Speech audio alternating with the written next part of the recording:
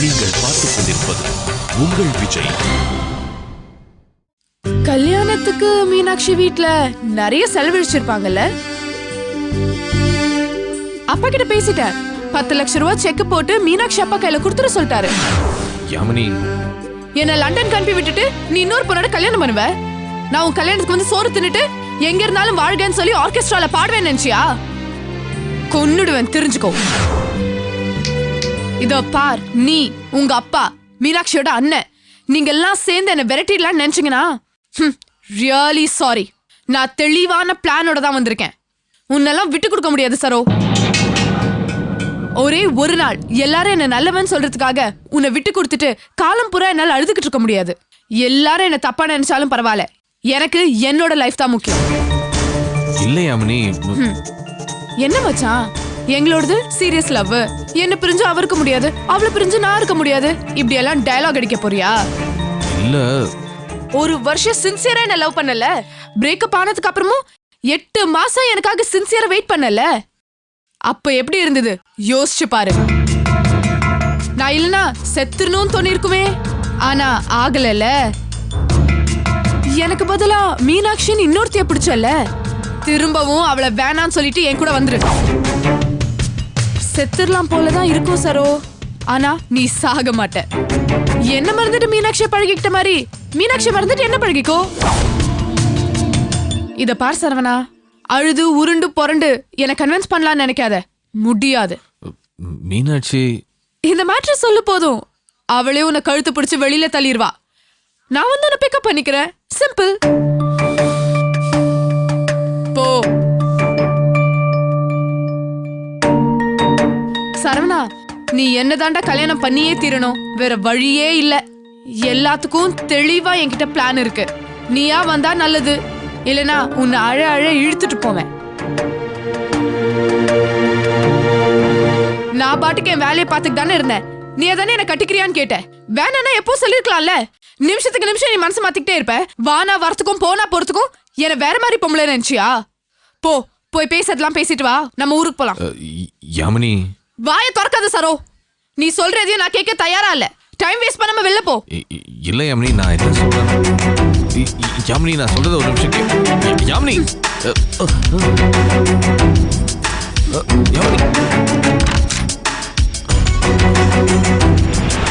என் முடிவுல எந்த மாற்றமும் கிடையாது. கதவுக்கு வெளில நின்னு டைம் வேஸ்ட் பண்ணாத.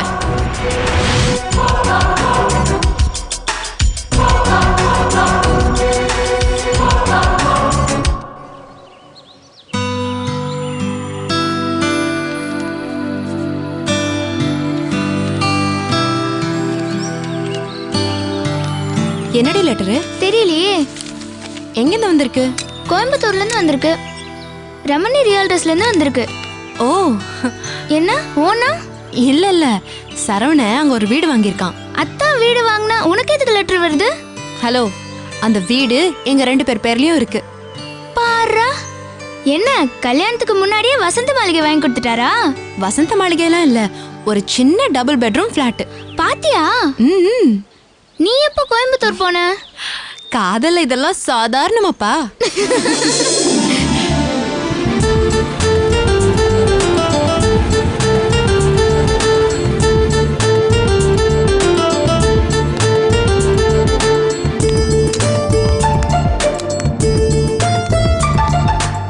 எங்கடா கூட்டிட்டு வந்திருக்க? வா சொல்றேன். முதல்ல இது எந்த இடம்னு சொல்லு. என்ன இடம் சொன்னா உனக்கு புரியுமா? என்ன புரியாது, ஆனா எங்க வந்திருக்கோன்னு தெரியும்ல, சொல்லு. ரமணி ரியால்டர்ஸ், கோயம்புத்தூர்ல லீடிங் பில்டர்ஸ் இவங்க தான். வீடு ஏதாச்சும் வாங்க போறியா என்ன? ஆமா, ஆனா பெரிய வீடு இல்ல, ஒரு சின்ன வீடு செட்டப் பண்ணலான்னு வந்திருக்கேன். ஹே, என்ன சிரிக்கிற? ஒருத்தைய கல்யாணம் பண்றதுக்குள்ளேயே நீ இந்த பாடு படுற. இந்த லட்சணத்துல உனக்கு சின்ன வீடு வேறயா? ஹே, நான் சின்ன வீடுன்னு சொன்னது வீட்டை மட்டும் தாண்டி, வேற எதுவும் இல்ல. அது எனக்கும் தெரியும். சரி, என்ன விஷயம் சொல்லு. நான் சென்னைக்கு வரதுக்கு முன்னாடி நான் ஒரு 4 வருஷம் கோயம்புத்தூர் மிர்ச்சில தான் ஒர்க் பண்ணிட்டு இருந்தேன். அப்பத்துல இருந்தே எனக்கு கோயம்புத்தூர்ல ஒரு வீடு வாங்குன்றது ஒரு லாங் டைம் ட்ரீம். ஆனா வீடு வாங்குறது அவ்வளவு ஈஸியான விஷயம் இல்லையே. ஈஸியான விஷயம் இல்லதான். ரமணி ரியால்டர்ஸ் இருந்ததுனால ஈஸியா போச்சு. ஒவ்வொருத்தரும் கல்யாணத்துக்கு என்னென்னோ கிஃப்ட் கொடுப்பாங்க. நான் உனக்கு ஒரு அருமையான வீட்டை கிஃப்டா கொடுக்கலான்னு இருக்கேன். இந்த வீடு யார் பேர்ல இருக்கு தெரியுமா? தெரியாதே. மிஸ்ஸஸ் மீனாட்சி சரவணன் பேர்ல இருக்கு. வா போலாம்.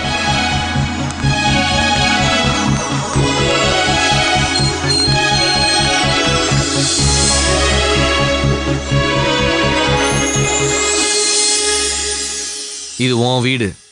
வலது கால எடுத்து வச்சு வா.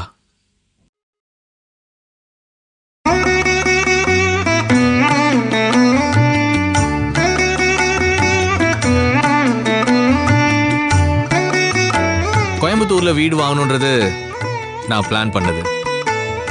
இப்படி ஒரு தேவதை அதுல குத்து விளக்கு ஏத்த போறான்றது நான் பிளான் பண்ணாதது.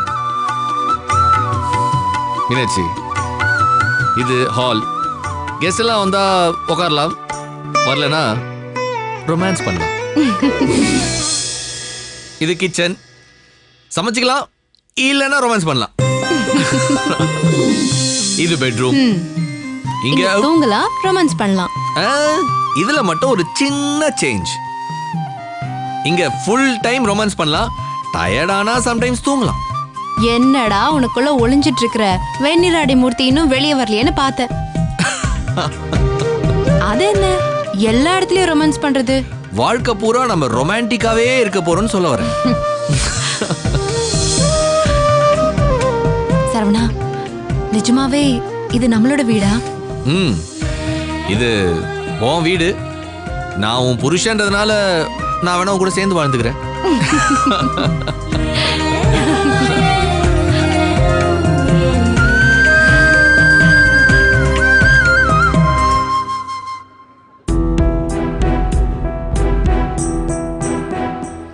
என்னடா இப்படியே அமைதியா இருந்தா என்ன அர்த்தம்? யாமினி இப்படி பேசுவான்னு எதிர்பார்க்கவே இல்லப்பா.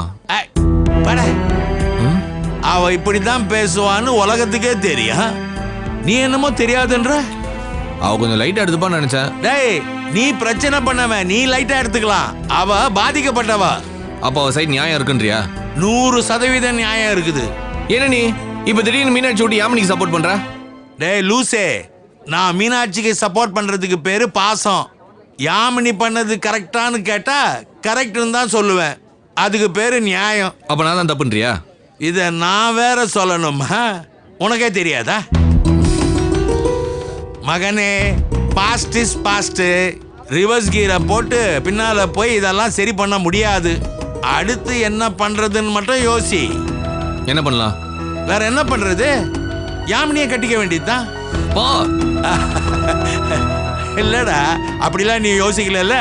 சத்தியமா அப்படிலாம் யோசிக்கல. ஒருவேளை விஷயம் கேள்விப்பட்டு மீனாட்சி உன்னை வேணான்னு சொல்லிட்டா நீ என்ன பண்ணுவ? வேற யாரையும் நான் கட்டிக்க மாட்டேன். அப்படியே தாடியெல்லாம் விட்டு ஷோல லவ் ஃபெயிலியர் பாட்டா போட்டு ஃபீல் பண்ணியே வாழ்க்கையை முடிச்சிருக்கேன். ஓஹோ, ஒருவேளை நான் பெரிய லைட்டன்னு வச்சுக்க, மீனாட்சி ஹாஸ்பிட்டல், மீனாட்சி அனாதை இல்லம், மீனாட்சி பள்ளிக்கூடம்னு நம்ம மதராசப்பட்டினம் ஆரியா மாதிரி சொல்றேன்.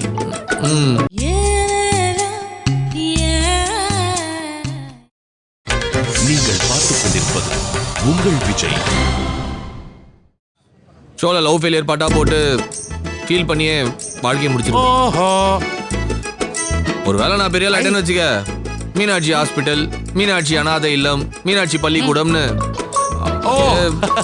நம்ம மதராசப்பட்டினம் ஆரியா மாதிரி சொல்றேன். அவன் நினைவிலே வாழ்ந்துருவேன். நீ இந்த முடிவில் தெளிவா இருந்தினா அப்பா உனக்கு ஒரு வழி சொல்றேன். என்ன? ஷார்ட்கட் கிடையாதுடா, ஸ்ட்ரெயிட் ரூட்டு. என்ன? நேரா மீனாட்சியை போய் பார்த்து இதுதான் நடந்துச்சு, தப்பு தான், ஆனா என் மனசுல உன்னை தவிர வேற யாரும் இல்லைன்னு சொல்லிடே. ஒருவேளை மீனாட்சி வேணான்னு சொல்லிட்டாலாம். அதான் ஏற்கனவே சொன்னியே, தாடியை விட்டுக்கிட்டு மீனாட்சி ஹாஸ்பிட்டலு, மீனாட்சி அனாதை இல்லம். சரவணா, எப்பவுமே உண்மையை சொல்றது ரொம்ப நல்லது. ஏன் சொல்லு? ஏன்? பொய்ன்றது ஜஸ்ட் அ பெயின் கில்லர்ரா. வலி தெரியாம இருக்கும், ஆனா அது உன்னை குணப்படுத்தாது. உண்மையை சொல்றது சர்ஜரி மாதிரி. சொல்றப்ப பயங்கரமா வலிக்கும், ஆனா அது உன்னை குணப்படுத்தும். பொய்யா சொல்லி உன் இமேஜுக்கு அண்டை கொடுக்கறத விட ஸ்ட்ரைட்டா உண்மையை சொல்லிடு. உண்மையை சொன்ன எழுத்துப்பாளா? அது எனக்கு தெரியலப்பா. ஆனா நீ உண்மையை சொல்லியிருக்கிறன்றது நிச்சயமா அவளுக்கு உன் மேல ஒரு மதிப்பை உண்டாக்கும். அதை விட உன் மனசுக்கு ஒரு அமைதியை கொடுக்கும். நல்லவனா இருக்கிறது, நல்ல விஷயம் பண்றது, இதுல ஒரு சந்தோஷம் இருக்கு பாரு, அது வேற எதிலையும் கிடைக்காதுடா. இப்போ நான் என்ன பண்ணிட்டோம்? நேரா போ, நடந்த உண்மையை சொல்லு. அதுக்கு நீ எவ்வளோ வருத்தப்படுறனோ சொல்லு, மன்னிப்பும் கேளு. அதுக்கப்புறம் என்னன்னு அவளே முடிவு பண்ணட்டும். லேட் பண்ணாதடா, போய் சொல்லு, போடா.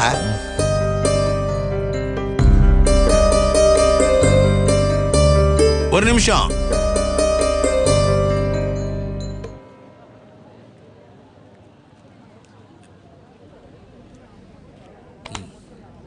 நீ நல்லவன்டா, உனக்கு நல்லது தான் நடக்கும்.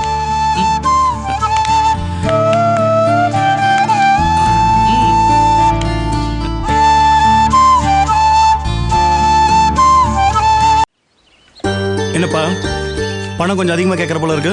உங்ககிட்ட போய் நாங்கள் ஜாஸ்தி கேட்போமா? இது பாருப்பா, இது நான் ரெக்கமெண்ட் பண்ணுற கல்யாணம் கிடையாது, என் வீட்டு கல்யாணம் போல. பார்த்து நல்லா செய். சரிங்க.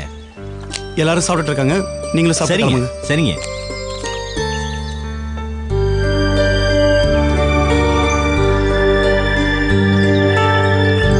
தமிழ் தாங்க ரொம்ப கட்டாயப்படுத்தி வர சொன்னோம், அதனால தான் வந்தேன். இல்லைன்னா வந்திருக்க மாட்டேன். உங்களை யாரும் வர வேண்டாம்னு சொன்னது? நீங்க தாராளமா வரலாம். இன்னும் சொல்ல போனா நீங்க கல்யாணத்துக்கு வந்ததுல எனக்கு சந்தோஷம்தான். தேங்க்ஸ். என் மேல எதுவும் கோவம் இல்லையே? எதுக்கு? யாமினி விஷயத்த தமிழ்கிட்ட சொன்னதுக்காக. பரவாயில்ல, அதான் அவளே வந்து நிக்கிறாளே. ஒரு சின்ன பிரச்சனையாதான் சரியாகணும்னு இருந்திருக்கு, விடுங்க. அண்ணன் ரொம்ப கோவமா இருக்கா? தமிழ் பத்தி தான் உங்களுக்கு நல்லாவே தெரியுமே. கோபமா இருந்தாலும் சரி, பாசமா இருந்தாலும் சரி, அளவுக்கு அதிகமாகவே காட்டுவோம். அதை பற்றி நீங்கள் கவலைப்படாதீங்க, அதை நான் பார்த்துக்கிறேன். நீங்கள் நம்மளால மட்டும் கொஞ்சம் சொதப்பாமல் இருக்க சொல்லுங்கள், சரியா? சாரி, அம்மா கிட்ட ஒரு லிஸ்ட் கொடுக்க வேண்டியது இருக்கு, நான் கொடுத்துட்டு வந்துடுறேன்.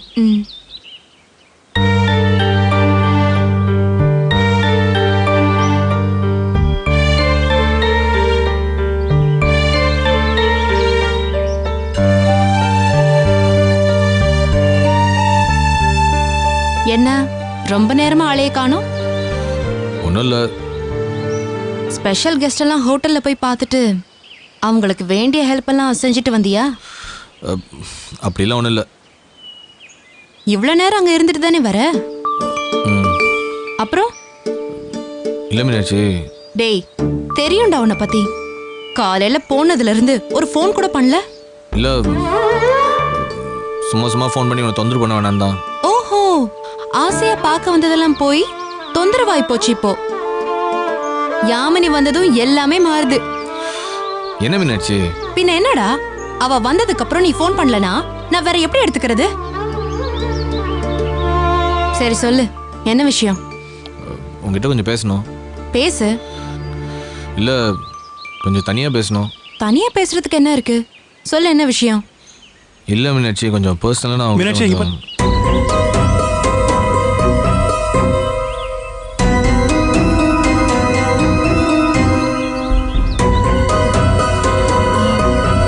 சொல்லுங்க. இல்லை, ஒன்றும் இல்லை, அவசரம் ஒன்றும் இல்லை, நீங்கள் பேசுறீங்க, நான் அப்புறம் வரேன். இங்கே ஒன்றும் அவசரம் இல்லை, நீங்க சொல்லுங்க என்ன விஷயம்னு. இது கோயிலுக்கு ஒரு சின்ன லிஸ்ட்டு, தமிழ் உங்ககிட்ட கொடுத்து செக் பண்ணி சொன்ன போல, அதான். கொடுங்க.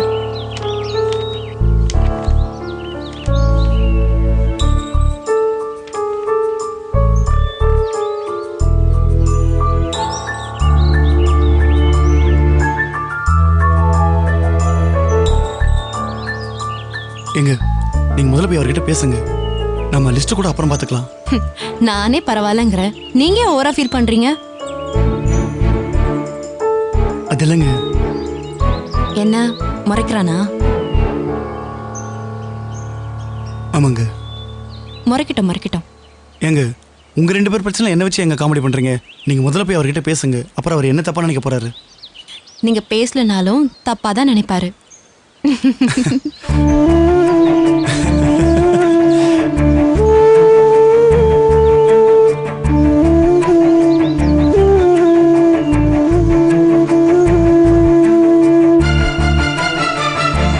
பார்த்துட்டேன். ம். ஓகே.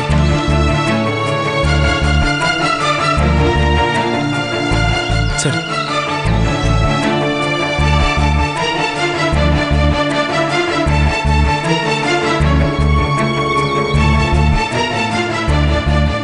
சொல்லு, ஏதோ பேசணும்னு சொன்ன. ஒன்றும் இல்லை. நீ தானடா ஏதோ பேசணும்னு சொன்ன. ஒன்றும் இல்லை, நான் கிளம்புறேன். என்ன பொறாமையா? இல்லையே. அருணாச்சலத்துக்கிட்ட நான் பேசினது உனக்கு எரிச்சலா இருக்கு. அதெல்லாம் ஒன்றும் இல்லையா? அதான் மூஞ்சிய பார்த்தாலே தெரியுதே, ஒத்துக்கோ. அவன் என்கிட்ட பேசினது உனக்கு கடுப்பா இருக்கு தானே? அப்புறம் சந்தோஷமா இருக்குமா? வாடா வா.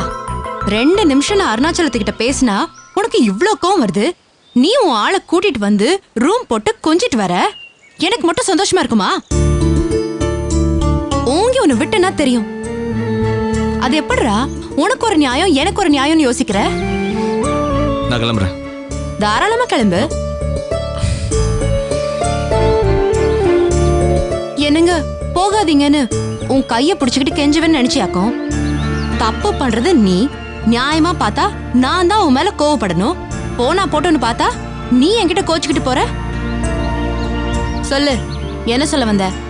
இல்லை, நம்ம அப்புறம் பேசும்.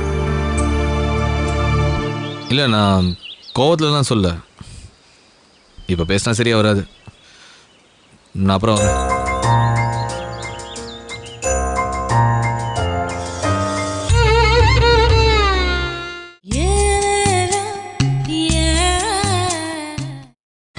நீங்கள் பார்த்துக் கொண்டிருப்பது உங்கள் விஜய்.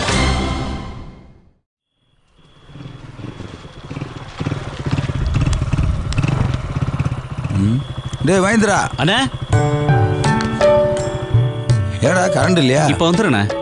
ஆமாம், குமாரங்க அவன் சிலிண்டர் எடுத்துட்டு வர போயிருக்கானா? ஏதோ ஒரு லிஸ்ட்டு தரமுடியா ஐயாட்ட கொடுத்துட்டு போயிருக்காண்டுகளே. சரிங்கண்ணா. ஏ மகேந்திரா, அப்படியே குடிக்க கொஞ்சம் தண்ணி கொண்டு வா. சரிங்கண்ணா.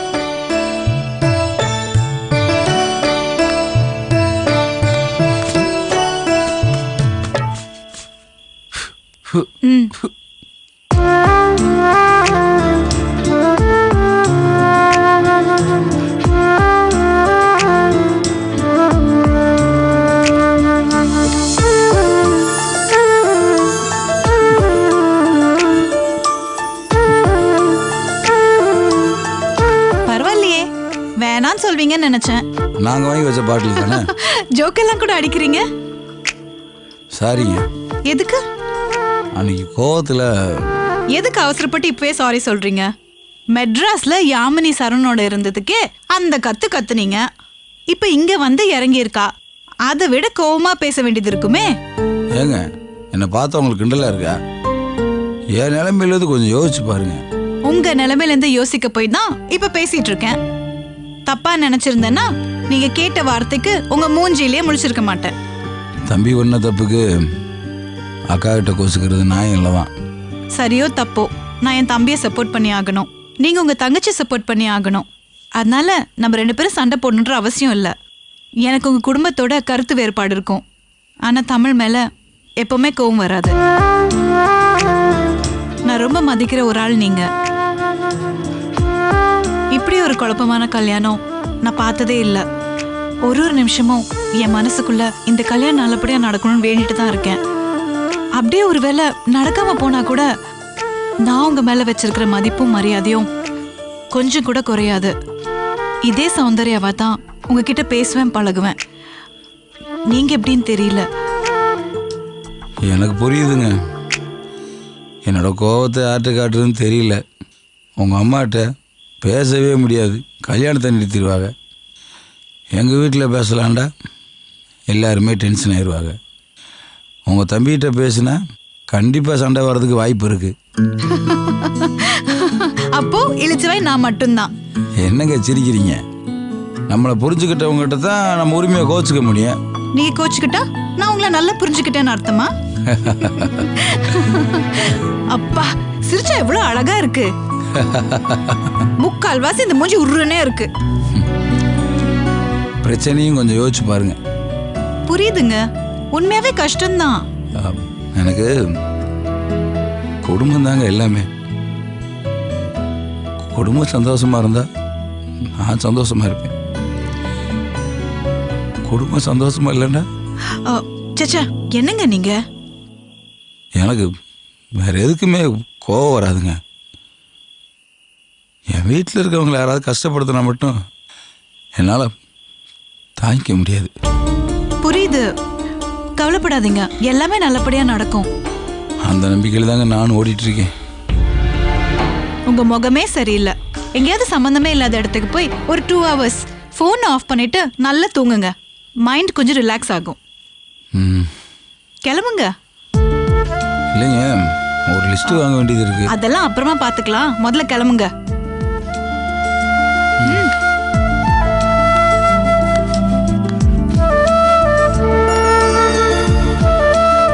கொடுங்க.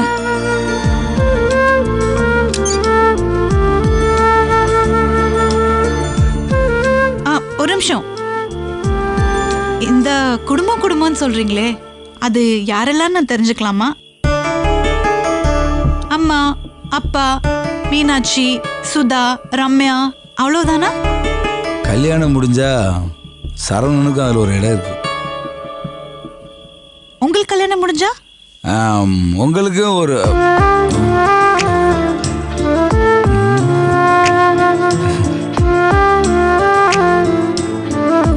சாரிங்க,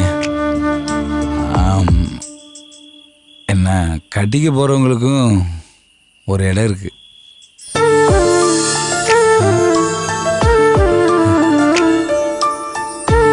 கரண்ட் வந்துருச்சு.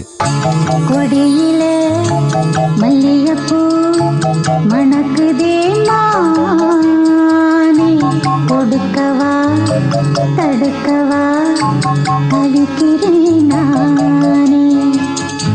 பறிக்க சொல்லி தூண்டுடே பவள மல்லி தோட்டம், நெருங்க விடவில்லையே நெஞ்சுக்குள்ள